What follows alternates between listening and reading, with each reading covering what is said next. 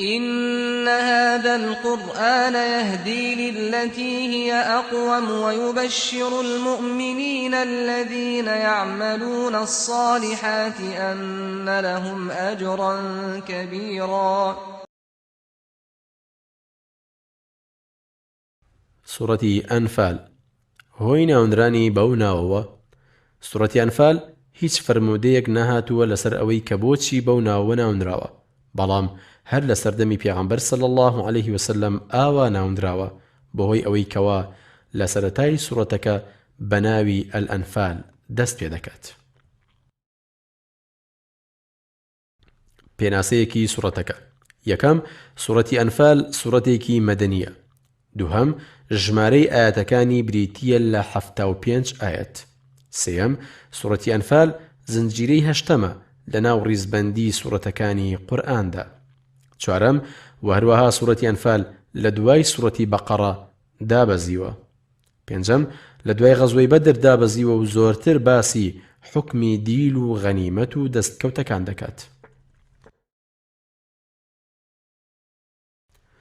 تەوەرەکانی ئەم سورەتە: سورەتی ئەنفال بەو سیفەتەی کەوا سورەتێکی مەدەنیە زیاتر باس لە بابەتە تەشریعیەکان دەکات، بەتایبەتیش ئەوەی کەوا پەیوەندی هەیە بە ئەحکامی شەڕ و تێکۆشان لە پێناوی خوا و ڕێنمایی موسڵمانان لەو بوارەدا، و پێویستیشە لەسەر موسڵمانان کەوا شوێن ئەو ڕێنماییانە بکەون و جێبەجێیان بکەن.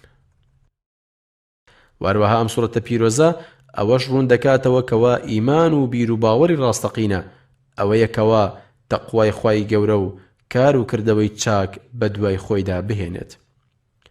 واروەها ڕوونکردنەوەی ئەوەی کەوا بابەتە نهێنی و نادیارەکان وەک زیندووبوونەوە و وەرگرتنەوەی پاداشت و سزا کەس پێیان ئاگادار نییە جگە لە خوای گەورە خۆی نەبێت. لەلایەکی تریشەوە خوای گەورە لە ڕێگەی ئەم سورەتەوە ئەوەمان بۆ ڕوون دەکاتەوە کەوا لایەنی ئاشتی و تەبایی خراوەتە پێش شەڕ و ناکۆکیەوە، چونکە شەڕکردن خۆی مەبەست و ئامانج نییە، بەڵکو پێویستیەکە و لە کاتی پێویستبوونیدا ئەنجام دەدرێت. و هەر لەو سورەتەدا خوای گەورە موسڵمانان وریا دەکاتەوە بەوەی کەوا پارێزگاری لە پەیمان و بەڵێنەکانیان بکەن و پابەند بن بەو پەیمان و بەڵێنانەی کەوا بەستویانە، و حەڕامی کردووە لەسەریان کەوا خیانەت بکەن لە پەیمان و بەڵێنەکانیان جا بە ئاشکرا بێت یان بەنهێنی.